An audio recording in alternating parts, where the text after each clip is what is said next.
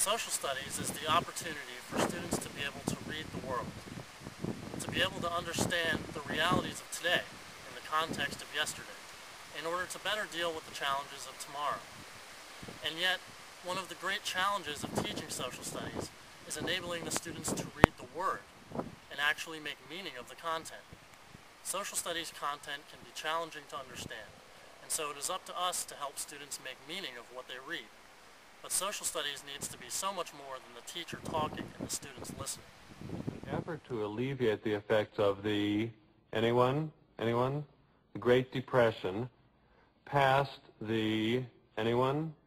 The tariff bill, the Hawley-Smoot Tariff Act, which, anyone raised or lowered? Raised tariffs in an effort to collect more revenue for the federal government. Did it work? Anyone? Anyone know the effects? It did not work, and the United States sank deeper into the Great Depression. Today, we have a similar debate over this. Anyone know what this is, class? Anyone? Anyone? Anyone seen this before? The Laffer curve. Anyone know what this says? It says that at this point on the revenue curve, you will get exactly the same amount of revenue as at this point. This is very controversial. Does anyone know what Vice President Bush called this in 1980? Anyone? Something DOO economics. Voodoo economics. So how can we go beyond this archetype of the sage on the stage that leaves so many students drooling on their desks? In what ways can we engage students in the process of reading multiple texts? What specific strategies can we use that will enable our students to make meaning of the word in a way that will help them better read the world? In this video, we look at some methods that help students anticipate, organize, and ultimately make sense of what they read in the social studies classroom. As we will see, we can not only provide students with ways to help them make meaning, but also with multiple ways to show us what kind of meaning they have made. This is an examination of how to support literacy in the modern social studies classroom.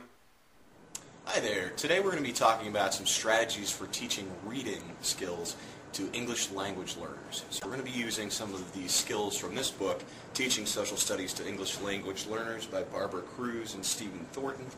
And the particular strategy that we're going to be talking about today is called KWL.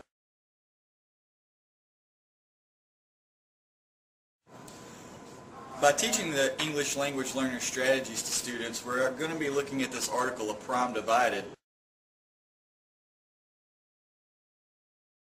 This is the KWLH chart. K, what do I already know about this topic? W, what do I want to know about this topic? H, how can we learn more? And L, what have I learned about this topic? Okay, I'm pretending that I'm a student here, and I'm looking at the article first without having read it. I see that the article is titled A Prom Divided, and it has a group of African American teenagers in their finery here appearing to go to the prom on the front, and some of the other pictures in here I'm seeing black and white students together, and just what I've heard and seen in the description of this article. It's something to do with the first prom, which had both black and white students invited to it in an area of Georgia. So using this KWHL chart, what the student would first do is to fill in the K column. Okay, the next step here would be to fill in the next column over, which is the W column, or what I want to know about the article. So I am interested to find out why segregation lasted so long,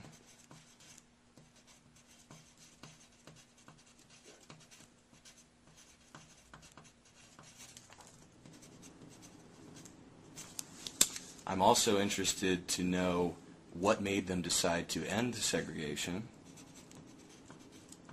and I'd like to know how the students reacted to this.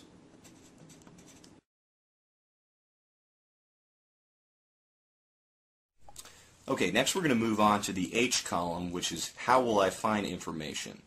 Now in my case, being that I can read fairly well and am fluent in English, and I'm really, I don't want to go too in-depth into this subject. I'm just going to read the article. But if I found that I had trouble reading the material in the article, I could seek out help from my teacher or English language learner assistants in the school.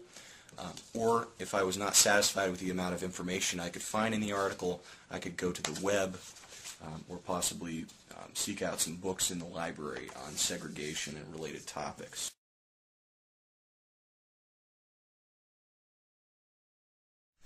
Now our students are going to be ELL students, which means English language learners.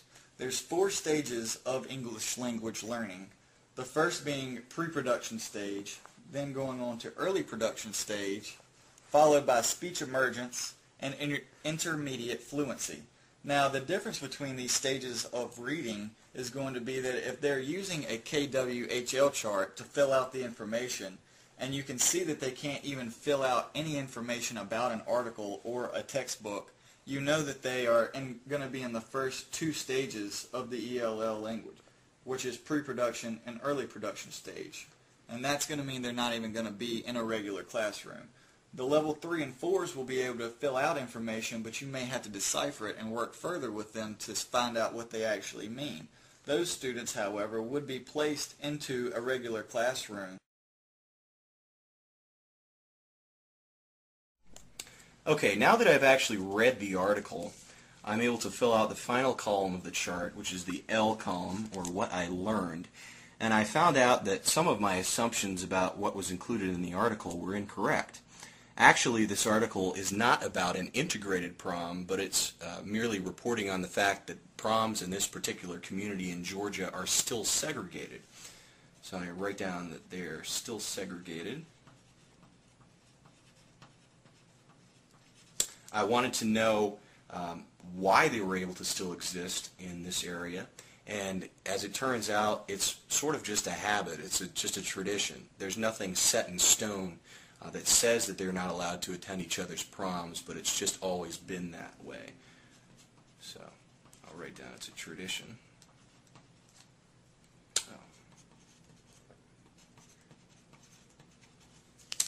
And finally, I learned that the students are very frustrated at it, but they can't really figure out a way to change it. No one is particularly interested in changing it, and their efforts have been unsuccessful.